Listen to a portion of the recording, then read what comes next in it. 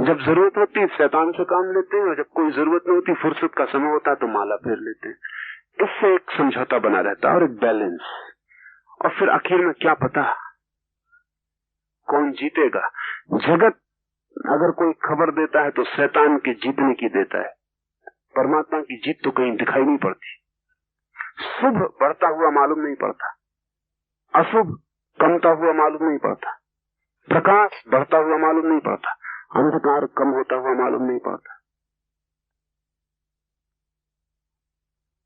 तो शाश्वत माने तो अड़चन है, अगर ऐसा माने कि शाश्वत नहीं है, शैतान अंततः हारेगा, बीच में कितना ही जीते आखिर में तो हारेगा ही, लेकिन इसका भरोसा क्या है, इसकी गारंटी क्या है? और जो बीच में जीतता है वो आखिर में क्यों हारेगा? जो सदा जीतता है वो आखिर में अचानक हार जाएगा? इसमें कोई तुक और संगति नहीं मालूम पड़ती। ये प्रश्न सारी मनुष्य जाति के साथ है। अलग अलग धर्मों ने अलग अलग उपाय किए हैं इस द्वंद्व को सुलझाने के, लेकिन कोई सुलझाव होता नहीं। इस सब में उपनिषद की धारणा कम से कम गलत मालूम पड़ती, कम से कम गलत, एकदम सही नहीं। लेकिन और सब धारणाओं के बीच अगर तोला जाए तो उपनिषद की बात सबसे ज्यादा ठीक मालूम पड़ती। बिल्कुल ठीक नहीं, सबसे ज्यादा तौल में, रिलेटिव, सापेक्ष। उपनिषद कहते हैं कि संसार और परमात्मा में विरोध नहीं, कोई शैतान नहीं, और परमात्मा के विपरीत कोई शक्ति नहीं। फिर ये संसार कैसे? तो उपनिषद कहते हैं कि परमात्मा अपने किसी विरोधी को पैदा करके संसार पैदा नहीं कर रहा है। परमात्मा के होने में ही, परमात्मा की आभा में ही, जिसको वो माया कहते हैं, परमात्मा की छाया में ही, जिसको वो माया कहते हैं, संसार है। जैसे कोई आदमी खड़ा हो और उसकी छाया बने।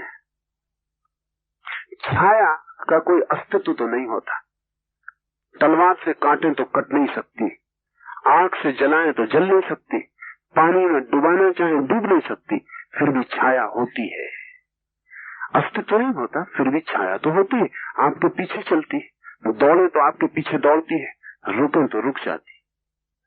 उपनिषद कहते हैं जब भी कोई चीज अस्तित्ववान होती है तो उसकी छाया भी होती है, शैडो। ये जरा समझ लें। और इस पर विज्ञान और मनोविज्ञान की आधुनिकतम खोजें भी इसका साथ देती हैं कि इस बात में सच्चाई है। कोई भी चीज बिना छाया के नहीं होती, जो भी चीज होती है उसकी छाया होती है। अगर ब्रह्म है तो उसकी छाया होगी, और उस छाया को वो कहते हैं माया। ब्रह्म की छाया संसार है। जुंग ने, एक बड़े मनोवैज्ञानिक ने, इस सत्य पर किसी दूसरे आयाम से काफी खोज की, और उसने पाया कि हर आदमी का एक छाया अस्तित्व भी है, शैडो पर्सनैलिटी। आपको भी थोड़ा समझ लेना चाहिए, आपके पास भी छाया अस्तित्व है। आप भले आदमी हैं, क्रोध नहीं करते, शांत हैं, धैर्यवान हैं, लेकिन अचानक एक दिन कोई छोटी सी बात भी इतनी बड़ी नहीं है कि क्रोध किया जाए। और आप आदमी ऐसे नहीं है कि क्रोध करते हो, बड़ी बातों पर क्रोध नहीं करते हो। किसी दिन एक छोटी सी बात पर ऐसा क्रोध उबल आता है कि आपकी भी समझ के बाहर हो जाता है कि क्या हो रहा, कौन कर रहा है। इसलिए लोग कहते हैं बाद में कि मेरे बावजूद हो गया, in spite of me.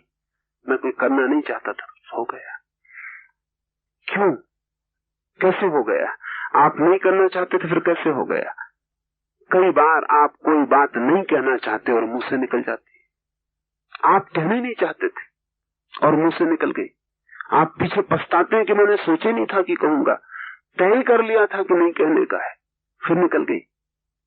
Jung कहता है कि आपका एक छाया व्यक्तित्व है, जिसमें जो जो आप इंकार कर देते हैं अपने भीतर, वो इकट्ठा होता जाता।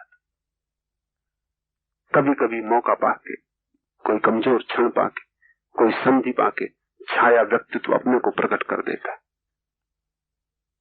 इस छाया व्यक्तित्व के कारण एक बड़ी बीमारी तक मनोविज्ञान में अध्ययन की जाती है। बड़ी बीमारी सारी दुनिया में फैली हुई है, उसे स्प्लिट पर्सनैलिटी। आदमी दो टुकड़ों में टूट जाता है। कभी कभी ऐसा हो जाता है कि आदमी में दो व्यक्तित्व हो जाते हैं। ऐसा मालूम पड़ता है कि एक आदमी के भीतर दो आदमी, कहता कुछ है करता कुछ है, कोई तालमेल नहीं दिखाई पड़ता। सुबह कुछ है सांझ कुछ है, कोई पक्का भरोसे नहीं किया जा सकता उसकी बात का, उसके होने का। वो खुद भी डरता है कि मैं क्या कर रहा हूं, क्या कह रहा हूं, तालमेल नहीं बैठता। जैसे भीतर दो आदमी, कभी बड़ा शांत, कभी बड़ा अशांत, कभी मौन, कभी बड़ा मुखर, दो हिस्से हो गए। ऐसा भी हो जाता है हजारों पागलखानों में, हजारों पागलखाने बंद हैं, पागल बंद हैं। उनकी बीमारी ये है कि उनका एक व्यक्तित्व अचानक खो गया और वो दूसरे व्यक्ति हो गए। कल तक वो राम थे और अचानक कोई घटना घटी, एक्सीडेंट हो गया, कार से गिर पड़े, सिर में चोट आ गई और रहीम हो गए। अब वो याद ही नहीं करते कि राम थे, कभी अपने पिता को नहीं पहचानते, माँ को, पत्नी को नहीं पहचानते। अब वो अपने को रहीम बताते हैं और वो सारा हिसाब ही दूसरा बताते हैं कि उनका कोई संबंध ही इस घर से नहीं, पहचान भी नहीं। क्या हो गया? इस एक्सीडेंट में उनका जो प्रमुख व्यक्तित्व था वो आघात खा गया और उनका जो छाया व्यक्तित्व था वो सक्रिय हो गया। इसलिए वो दूसरा नाम और सब उन्होंने बदल लिया। इस छाया व्यक्तित्व को ठीक भी किया जाता है इलाज से, शौक से। कभी कभी वो ठीक हो जाता तो वो फिर राम हो गए, फिर वो दूसरे आदमी हो गए, उनका सब व्यवहार बदल जाता है। हर आदमी के भीतर छिपा हुआ ये छाया व्यक्तित्व है। इसको अगर उपनिषद की भाषा में कहें तो उपनिषद कहते हैं व्यक्ति के साथ बंधी है अविद्या, वो उसका छाया व्यक्तित्व है, और ब्रह्म के साथ बंधी है माया, वो उसका छाया व्यक्तित्व है। ब्रह्म के विपरीत नहीं है ये माया, उसकी छाया ही है, उसके होने का अनिवार्य अंग है। ये संसार ब्रह्म का शत्रु नहीं है, ब्रह्म के होने का छाया अंग है। इसे हम विज्ञान की भाषा से समझे तो शायद आसान हो जाए, वैसे बात आसान नहीं है। अभी 1960 में एक आदमी को नोबेल प्राइज मिली। ये नोबेल प्राइज सबसे अनूठी है। इस आदमी को नोबेल प्राइज मिली है एंटी मैटर की खोज पर। ये शब्द बड़ा अजीब है, एंटी मैटर। इस आदमी की खोज यह है कि पदार्थ भी है जगत में और पदार्थ के विपरीत भी एक अपदार्थ है, एंटी मैटर है। और हर चीज के विपरीत चीजें हैं। कोई चीज इस जगत में बिना विपरीत के नहीं होती। जैसे प्रकाश है तो अंधेरा है, जीवन है तो मृत्यु है, गर्मी है तो सर्दी है, स्त्री है तो पुरुष है। सारा जगत दोहरी व्यवस्था से जीता है। क्या आप सोचते हैं ऐसा कोई जगत जिसमें पुरुष न हो, स्त्रियां ही स्त्रियां हो? असंभव। क्या आप सोचते हैं ऐसा कोई जगत कि पुरुष ही पुरुष हो, स्त्रियां न हो? असंभव। तालमेल इतना गहरा है कि जब बच्चे पैदा होते हैं तो लड़के 115 पैदा होते हैं और लड़कियां 100 पैदा होती हैं, लेकिन 15 साल की उम्र तक 15 लड़के समाप्त हो जाते हैं। 100 और 100 का अनुपात बराबर हो जाता है। बायोलॉजिस्ट कहते हैं क्योंकि लड़के लड़कियों से कमजोर है इसलिए प्रकृति को ज्यादा पैदा करना पड़ता है ताकि 15 उम्र पाते पाते शादी की तो समाप्त हो जाएंगे। ये जान के आप हैरान होंगे कि बायोलॉजी के हिसाब से स्त्री ताकतवर है, पुरुष कमजोर है। पुरुष की जो ताकत है वो मस्कुलर है, बड़ा पत्थर उठा सकते हैं लेकिन बड़ा दुख नहीं झेल सकते। स्त्री की जो ताकत है वो सहनशीलता है, इसलिए स्त्रियां बड़ी बीमारियां झेल लेती हैं और जरूरी है क्योंकि बड़ी सबसे बड़ी बीमारी तो प्रसव है, वो झेल लेती हैं। अगर पुरुष को बच्चे पैदा करना पड़े, पुरुष कभी के आत्महत्या कर ले, इस जगत में पुरुष खोजने से नहीं मिलेगा। 9 बच्चे एक बच्चे को ढोना, 9 दिन तो कंधे पे लेकर देखें, 9 घंटे सही, 9 मिनट सही, कठिन मामला है। और फिर प्रसव की पीड़ा, उतनी पीड़ा झेलने के योग्य प्रकृति स्त्री को बनाती है। मजबूत है, ताकतवर है, उसकी ताकत और ढंग की है, लड़ नहीं सकती, जोर से दौड़ नहीं सकती, इससे ये मत समझना कमजोर है। उसका आयाम अलग है शक्ति का, सहन क्षमता उसकी ज्यादा है, तो 15 वर्ष की उम्र पर बराबर हो जाते। सारी दुनिया में यह अनुपात बराबर बना रहता है। आप जान के हैरान होंगे, जब युद्ध होता है तो लड़के ज्यादा कट जाते हैं, निश्चित ही लड़के जाते हैं युद्ध के मैदान पर, स्त्रियां बढ़ जाती। युद्ध के बाद के दिनों में लड़कों की पैदावार बढ़ जाती, लड़कियों की कम हो जाती।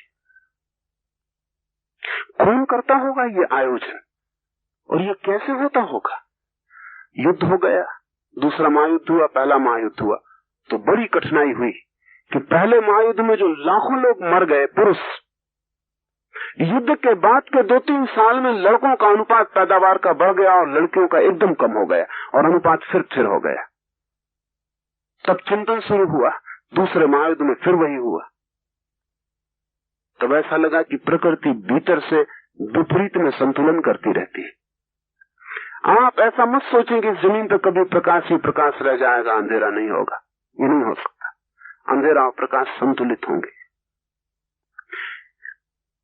ये एंटी मैटर की खोज इसी आधार पर है कि जगत विरोध का संतुलन है, तो पदार्थ है, तो पदार्थ के विपरीत क्या है वो दिखाई नहीं पड़ता हमें। और फिजिसिस्ट की जो धारणा है वो बड़ी जटिल है। जैसे एक पत्थर रखा हुआ है, इस टेबल पे एक पत्थर रखा हुआ है, तो पत्थर दिखाई पड़ता है, हम पत्थर उठा लें तो फिर तो कुछ दिखाई नहीं पड़ता। आप ऐसा कल्पना करें कि एक पत्थर रखा हुआ है यहाँ, और यहाँ एक छेद रखा हुआ है, छेद किया हुआ नहीं, पत्थर की जैसी खाली जगह, पत्थर को हम हटा लें और उतना अगर जगह खाली रह जाए जहाँ पत्थर रखा था, वो खाली जगह रखी हुई है पास में, उसका नाम एंटी मैटर है। अभी तक उसको किसी ने देखा नहीं, नोबेल प्राइज मिल गई है। और मिलने का कारण यह है कि उस आदमी को गलत सिद्ध नहीं किया जा सकता, क्योंकि जगत में जब सभी चीजें विपरीत से भरी है, तो पदार्थ के होने के लिए भी उसका विपरीत होना जरूरी है, जो उसके पास ही कहीं छिपा हो, वो दिखे न दिखे, लेकिन सैद्धांतिक रूप से उसको स्वीकार करने के सिवाय कोई उपाय नहीं। माया, हम कहें कि ब्रह्म की छाया है, ब्रह्म भी नहीं हो सकता बिना माया के, माया भी नहीं हो सकती बिना ब्रह्म के। और बड़े विराट पैमाने पर माया है छाया ब्रह्म की, कहें एंटी ब्रह्म तो भी चलेगा। वैसे ही व्यक्ति के छोटे से तल पर अविद्या है, अविद्या व्यक्ति के पैमाने पर माया है, आपके आसपास अविद्या भी है। अब क्या किया जा सकता है?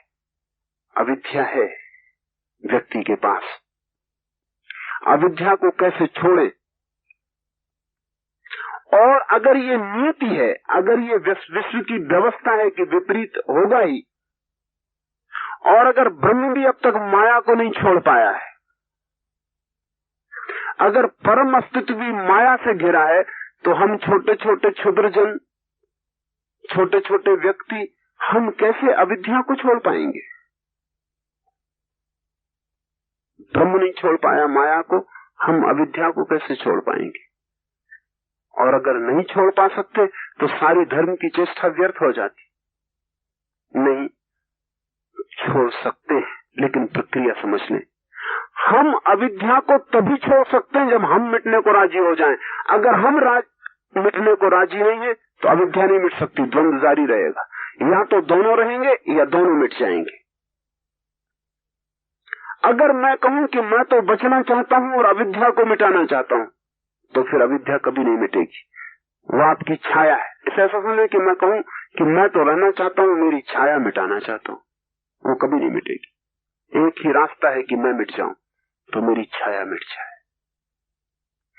इसलिए अहंकार को मिटाने पर इतना जोर है, मैं मिट जाऊं तो मेरी छाया मिट जाए। और जब मैं मिट जाता हूं, मेरी छाया मिट जाती है, तो मैं ब्रह्म से लीन होकर एक हो जाता हूं। मैं की तरह नहीं, शून्य की तरह ब्रह्म में लीन हो जाता हूं। मेरी अविद्या का क्या होता होगा? जब मैं मिटता हूं, मैं ब्रह्म में लीन हो जाता हूं, मेरी अविद्या माया में लीन हो जाती। मैं खो जाता हूं ब्रह्म में, अविद्या खो जाती है माया में। जब भी मैं निर्मित होता हूं, मैं निकलता हूं ब्रह्म से, अविद्या निकलती है माया से। अविद्या हम सबको माया का मिला हुआ बाग, छोटा छोटा जमीन माया की हमको मिली हुई। माया दुख देती है, अविद्या पीड़ा देती है, इसलिए हम छूटना चाहते हैं। ब्रह्म को पीड़ा नहीं देती होगी, ब्रह्म नहीं छूटना चाहता होगा। ब्रह्म से मतलब कोई व्यक्ति नहीं, ये विराट अस्तित्व, इसको पीड़ा नहीं होती होगी, ये नहीं छूटना चाहता होगा। हमें पीड़ा होती है, हम छूटना चाहते हैं, ब्रह्म नहीं छूटना चाहता होगा। ब्रह्म के तल पर समस्त स्वीकार है, ब्रह्म के तल पर माया का होना स्वीकृत है, उसका कोई इंकार नहीं, उसका कोई इंकार नहीं। इसलिए कोई पीड़ा नहीं। हमारे तल पर पीड़ा है, अगर हम भी स्वीकार कर लें तो वहां भी कोई पीड़ा नहीं। मेरे हाथ में चोट लगे तो पीड़ा चोट से नहीं होती, पीड़ा होती इस बात से कि चोट नहीं लगनी चाहिए थी। अगर मैं स्वीकार कर लूं कि चोट लगनी ही चाहिए थी, चोट होनी ही चाहिए थी, चोट होती ही, चोट होना नियति है, फिर कोई पीड़ा नहीं। पीड़ा है विरोध में, पीड़ा है अस्वीकार में, तो हम स्वीकार नहीं कर पाते हैं, इसलिए पीड़ा है। कोई हमें स्वीकार कर लेता, उसे कोई जनक, कोई कृष्ण उसे स्वीकार कर लेता है, तो यही बिना कुछ किए अविद्या माया बन जाती, तो कृष्ण ब्रह्म हो जाते। कृष्ण स्वीकार कर लेते हैं उसे। कृष्ण और बुद्ध, कृष्ण और महावीर के रास्ते में ये फर्क है। महावीर अपने को मिटाते हैं ताकि अविद्या मिट जाए, कृष्ण न अपने को मिटाते हैं न अविद्या को स्वीकार कर लेते हैं। महावीर अपने को मिटा के अविद्या मिटाते हैं, कृष्ण स्वीकार करके ब्रह्मरूप हो जाते हैं तत्क्षण। क्योंकि जब ब्रह्म माया नहीं मिटा रहा है और स्वीकार कर रहा है तो कृष्ण भी स्वीकार कर लेते। इसलिए कृष्ण को हमने पूर्ण अवतार कहा है, कोई अस्वीकार नहीं है वहां, इसलिए पूर्णता है। जरा सा भी अस्वीकार हो अपूर्णता हो जाती। इसलिए हमने राम को कभी पूर्ण अवतार नहीं कहा, कह नहीं सकते, क्योंकि राम के मन में बहुत अस्वीकार है, बड़ी मर्यादाएं, सीमाओं की धारणा है। एक धोबी कह देता है कि सीता पे संदेह, तो राम ये भी नहीं सह पाते। एक धोबी, अब कोई ना समझो कि कोई कमी है दुनिया में, कोई भी कुछ कह दे, और कोई राम के वक्त के धोबी बहुत समझदार होते होंगे, तो है नहीं कुछ, पर एक धोबी भी ये कह दे कि सीता पे संदेह, और अपनी स्त्री से कह दे कि एक रात घर के बाहर रही, भीतर न घुसने दूंगा। मैं कोई राम नहीं हूं, क्या समझा तूने कि इतने दिन रावण के घर सीता रह गई और वो सज्जन लेके वापस लौट आए? मैं कोई राम नहीं हूं। ये बात पीड़ा कर गई, राम के मन में कांटा चुभ गया। राम के मन में पूरी स्वीकृति नहीं, वो ये न देख पाए, ये न सुन पाए कि मेरी नीति पर, मेरे चरित्र पर लांछन हो जाए, सीता को फेंक सके, हटा सके, लांछन को स्वीकार न कर सके। इसलिए हिंदू मन ने कभी राम को पूर्ण अवतार नहीं कहा, कहा मर्यादा पुरुषोत्तम, मनुष्यों में इससे बड़ी मर्यादा का आदमी नहीं हुआ, लेकिन ध्यान रहे मनुष्यों में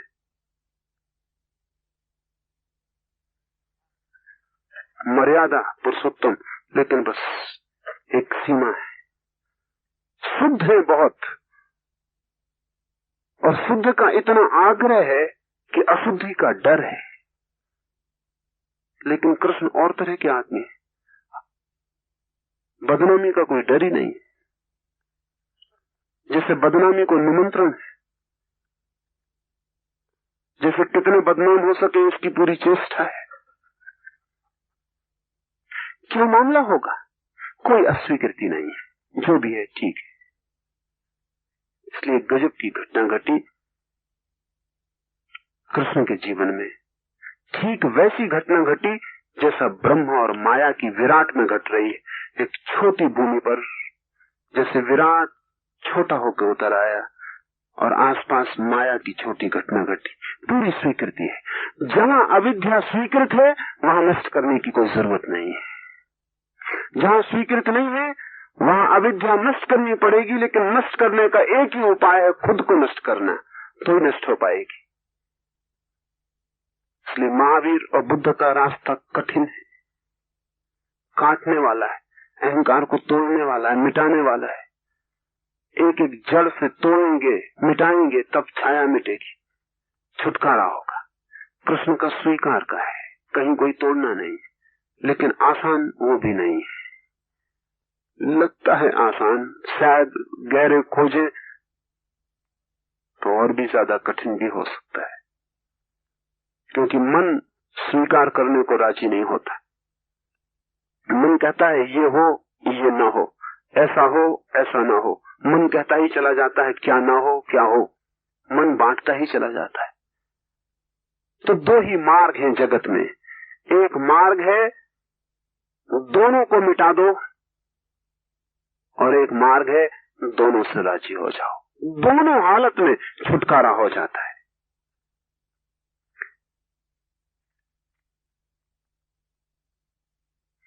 इस परमात्मा को माया और जीव को अविद्या, ऐसी दो उपाधि हैं। इनके त्याग करने से अखंड सच्चिदानंद परम ब्रह्म ही जान पड़ता है। इनके त्याग करने से, त्याग के दो मार्ग मैंने आपको कहे। एक मार्ग है मिट जाए, अविद्या मिट जाए। एक मार्ग है राजी हो जाए, स्वीकार कर लें, जो है उसके बाहर जाने की आकांक्षा छोड़ दें, जैसा है उसमें रत्ती भर फर्क करने का विचार न करें, तो भी जो शेष रह जाता है वो सच्चिदानंद ब्रह्म है।